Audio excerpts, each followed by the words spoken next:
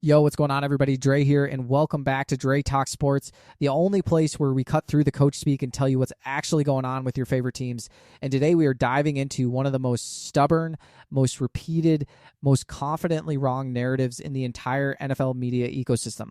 Everybody and their mama has been screaming the same thing about the Cincinnati Bengals for 4 straight years now. They need to get under center. Joe Burrow can't be explosive in shotgun. Get this man some play action and watch the offense take off. I've heard it from national talking heads. I've heard it from local sports radio. I've heard it from your uncle at the cookout who watched 2 Bengals games last season. And after digging into the actual numbers, I'm here to tell you it's a myth, a full-blown doesn't hold up under pressure myth. And I'm about to break down exactly why. Let's set the scene first, because you need to understand where this narrative even comes from. If you've watched football over the last decade, you know the offenses that get the most praise nationally tend to run a Shanahan-style system. Under center, heavy play action, motion, bootlegs, easy reads off disguised run looks. That's the blueprint that's supposedly the gold standard. Even Sam Darnold's breakout stretch last year got credited almost entirely to that exact formula. Get under center, sell the run, let the quarterback throw off clean, simple reads.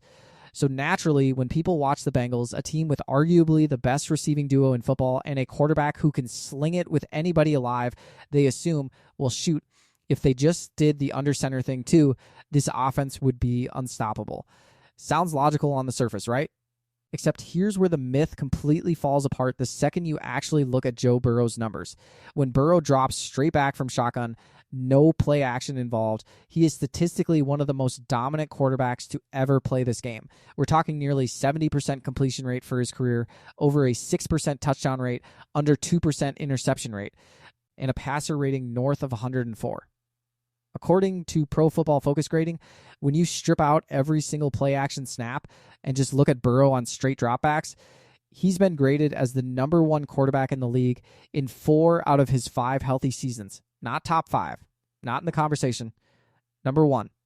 That's not a system quarterback riding scheme. That's pure, unfiltered quarterback talent operating at the highest level the position has ever seen. Now flip it. Look at Burrow specifically on under center play action. His completion percentage drops. His touchdown rate drops. His interception rate creeps up. His passer rating falls all the way down to 98.5, which, don't get me wrong, that's still solid for an average starter, but for Joe Burrow, that's a massive step down from what he does best. And then you get to the number that should stop this entire conversation dead in its tracks. Over the last 2 regular seasons, the Bengals' EPA per play on under center snaps with Burrow sits at minus 0.33. That's 4th worst in the entire NFL. Compare that to Burrow operating from shotgun, where he ranks at the very top of the league in success rate over that same stretch. We are talking about one of the widest gaps between a quarterback's shotgun production and his under center production in the whole league, and people still want to tell me the fix is get him under center more. Based on what? Now look, I'm not going to sit here and pretend the sample size argument doesn't matter, because it absolutely does, and I'd be doing you dirty if I didn't mention it. Burrow's only had 85 total snaps under center across 2 full seasons compared to nearly 1,000 from shotgun. That's a tiny window. And inside that tiny window sits one disaster of a pick 6 that alone tanks the EPA number by almost a full touchdown's worth of value on a single play. So yeah, the under center numbers are skewed rough by bad luck mixed with limited exposure. I'll give the narrative that much credit. But here's my issue. Even when you account for the small sample, there's still no statistical case. None. That under center has been some hidden well of explosiveness the Bengals just haven't tapped into yet. It's the opposite. Whatever Burrow's done with limited reps under center has been worse than what he does every single week from shotgun. And then there's the run game side of this argument, which gets brought up just as much. People love to bring up the 2021 season when the Bengals ran the ball 275 times from under center with Joe Mixon and rode that all the way to the Super Bowl. The story people tell themselves is that's when this offense was at its most dangerous, and once they moved away from it, things got worse. Except that's not actually true either.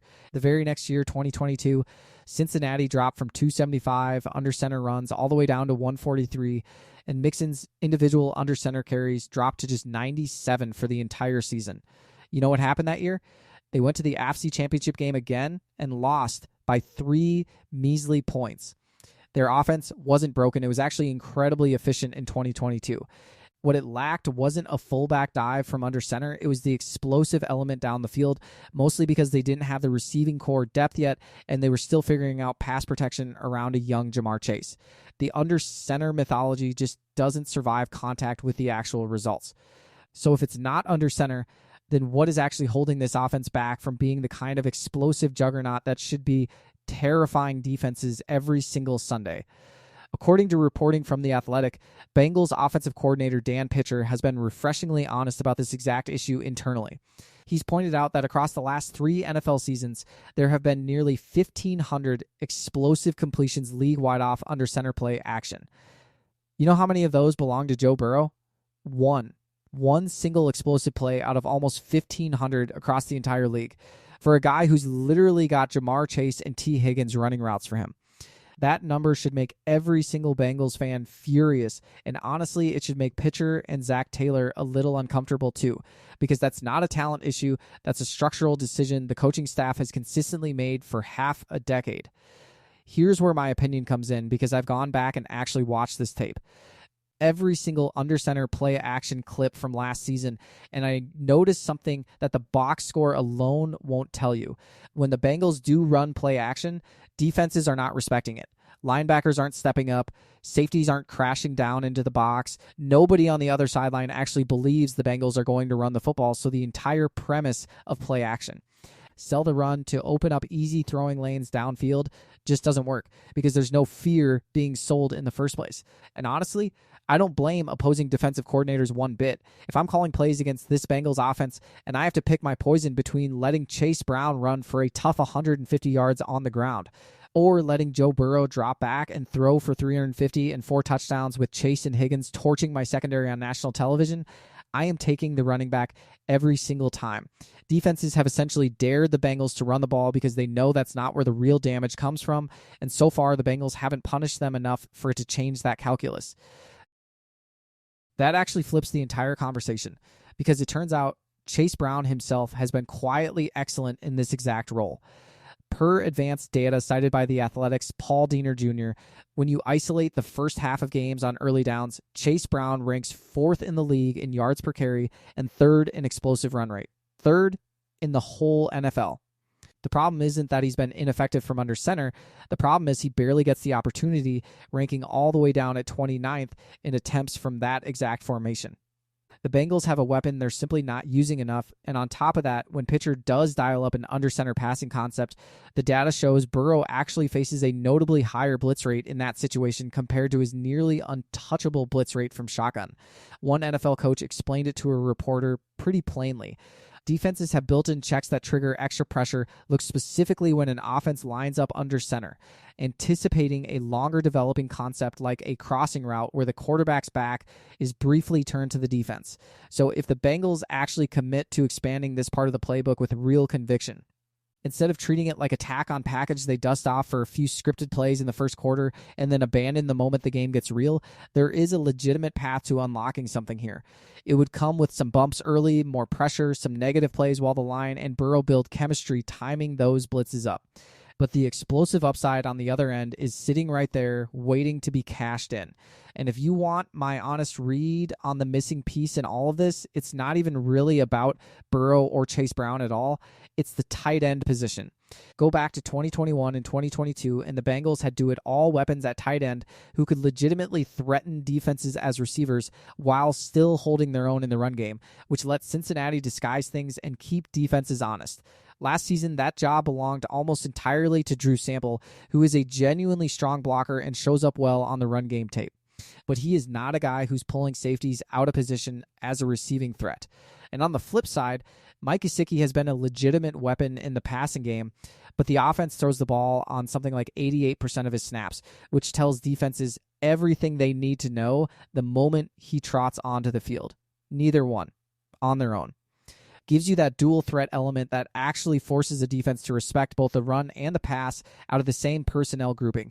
That's exactly why there's real buzz heading into this season around a guy like Eric All, who flashed serious dynamic ability as both a blocker and a route runner when healthy. If the Bengals get a real full season of a tight end who can legitimately do both, That's the domino that could change this entire equation without forcing Burrow to abandon the shotgun-heavy approach that's made him arguably the most efficient drop-back passer alive. So here's my bottom line on this whole thing, and I want you to really sit with it. The Bengals don't have a they need to get under center problem. They have a defenses don't respect the under center run enough to actually open anything up problem, layered on top of a tight end room that hasn't given Zach Taylor the dual threat piece he needs to fully marry both halves of his playbook. The shotgun game is not broken. It's one of the best in football, full stop, and trying to force feed Burrow into a Shanahan-style identity he's statistically worse at running would be cutting off your nose to spite your face. The real fix is building enough genuine conviction in the under center run and play action package through scheme, through personnel, through reps, that defenses are finally forced to respect it instead of completely ignoring it the way they have for years. Do that, marry it with what already makes this offense historically efficient, and you're not looking at a good Bengals offense anymore. You're looking at one of the scariest units in the entire NFL. All right, that's what I got for y'all today. If you think I'm onto something here, or if you think I'm completely off base and the Bengals really do just need to run the rock more from under center, I want to hear it. Smash that like button, drop your take in the comments, and make sure you're subscribed to Dre Talk Sports because we are breaking down the real story behind every headline every single week. Until next time, I'm Dre, and I'll catch you in the next one.